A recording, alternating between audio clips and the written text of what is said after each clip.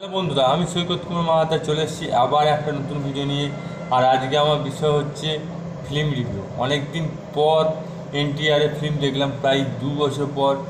আর খুব সুন্দর কামব্যাক ফিল্মটার।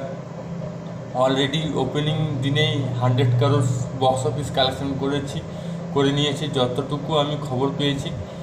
আর এই ফিল্মের যেটা আমার খুব ভালো লেগেছে সেটা হচ্ছে এনটিআরের ডাবল রোল। তো আমি যে বলবো খুব একটা আহামরি হয়েছে তা নয়। ফিল্মটা যেটা এক্সপেকটেশন করেছিলাম সেটাই হয়েছে, তার চেয়ে বেশি হয়নি, তার চেয়ে কম হয়নি। এবার আপনারা বলবেন এটা আবার কী ধরনের রিভিউ, কারণ আমরা ট্রেলার দেখে অনেকটা আঁচ করতে পেরেছিলাম গল্পটা কী হতে চলেছে। এবং যেটা টুইস্ট আমি যেটা দেখলাম সেটা লাস্ট দিকে। এবার মেন গল্পটা হচ্ছে এটাই যে কোনো এক গ্রামে সমুদ্রতে রক্ত বন্যা বইতো একসময়। এবং পরে একসময় এমন হয় যে এনটিআর যে মুখ্য চরিত্রে অভিনয় করেছে দেবরা, সে ঠিক করে যে সে আর দুর্নীতি কাজ করবে না, অস্ত্র পাচার করবে না সমুদ্রে অনৈতিকভাবে। এবং সেখানে শুধুমাত্র মাছ ধরা হবে এবং সাধারণভাবে সৎভাবে জীবনযাপন করা হবে এবং গ্রামের কল্যাণ হবে। কারণ ওই কাজের জন্য গ্রামের অনেক মানুষ মারা যায়। সেটা দেখে তার মধ্যে একটা বোধগম্য হয়, একটা ভাবধারা আসে, যেটা মানুষের মধ্যে হয়। মানুষের মধ্যে দয়া মায়া ভাবধারা চলে আসে, তার মনের মধ্যে আন্তরিকতা আসে গ্রামের প্রতি একটা ভালোবাসা তৈরি হয়। যেটা সাহেব আলী খান তার সহকর্মী তার এই জিনিসটা পছন্দ হয়নি, কারণ সে চায় সে সেই কাজ করেই তাদের জীবনযাপন চলুক, আরও বেশি অর্থ হবে। এবং সে ভাবে এক চিন্তা, আর দেবরা ভাবে যে না, অনৈতিক কাজ করে কোনোদিন উন্নতি করা যায় না, বরঞ্চ অবনতি হয়। সেজন্য সৎভাবে জীবনযাপন করে এবং সে ঠিক করে সমুদ্রটা রক্ষা করবে, কোনো দুর্নীতি কাজ করতে দেবে না। এরপর এরপর চক্রান্ত করে মারার চেষ্টা করে দেবরাকে, মানে এনটিআরকে। এবং তবুও সেখানে সমুদ্রে কেউ অপব্যবহার করতে পারছে না। এবং সবাই জানে যে এনটিআর বা দেবরা মারা গেছে, অনেকে জানে। আর অনেকে বিশ্বাস যে তিনি বেঁচে আছেন, তিনি মারা যায়নি এবং সমুদ্র রক্ষা করছে।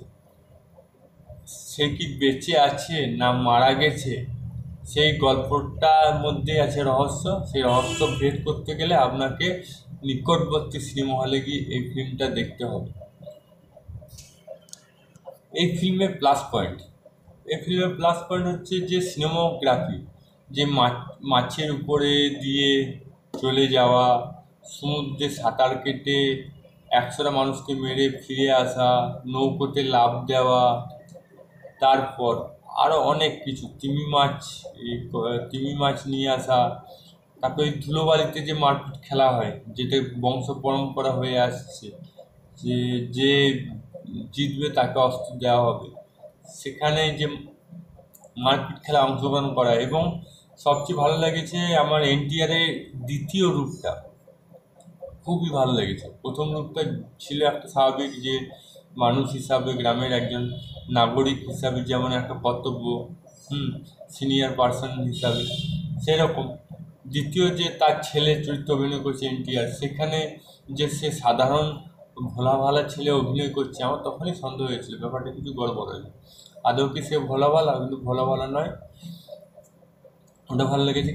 মাইনাস পয়েন্ট যেটা লেগেছে, জাহ্নবী কাপুরকে এখানে ঠিক মতন ইউজ করা হয়নি। কিছুক্ষণের জন্য জাহ্নবী কাপুরকে ইউজ করা হয়েছে সিনেমাতে। তাছাড়া গানগুলো মোটামুটি ঠিকই আছে। প্রকাশ রাজের অভিনয়টা আমার খুব ভালো লেগেছে। আর স্টার্টিংয়ে পুলিশ এসে যে প্রকাশ রাজের সাথে যে গল্পটা বলে, বিবরণটা দেয়, সেখান থেকে আরও ইন্টারেস্ট জেগে গেছে। মানে গল্পটা শেষ সিন পর্যন্ত গল্পটা বলল প্রথম থেকে, এবং গল্পটা শুরুয়াত করলো প্রকাশ রাজ, এবং যে পুলিশ অফিসারকে বোঝালেন গ্রামের ব্যাপারে, সেটা খুব, মানে সিনারিওটা খুব সুন্দরভাবে করেছে, মানে গল্পটা খুব সুন্দরভাবে লিখেছে। মাইনাস পয়েন্ট বলতে ওই জাহ্নবী কাপুরকে কম ব্যবহার করা হয়েছে। আর আগেকার যে প্রাচীন চিন্তা ভাবনা ভালো হয়েছে, কিন্তু ক্যামেরা কাজ দুর্দান্ত হয়েছে, ক্যামেরা কাজ দুর্দান্ত হয়েছে, কোনো কথা হবে না। ভিএলএক্স খুব সুন্দর হয়েছে, ক্যামেরা ভিডিওগ্রাফি খুব সুন্দর হয়েছে। তো সিনারিও অনেক দেখলাম, সমুদ্র, প্রাকৃতিক দৃশ্য, এগুলো আমরা খুব এনজয় করেছি। গল্পটা ঠিকই আছে, প্রতিবারই তো সাউথের সিনেমা ভালো অভিনয় করেছে, এরকম কোনো সমস্যা নেই। আপনাদের মতামত কি সেটা কমেন্ট বক্সে লিখে জানান।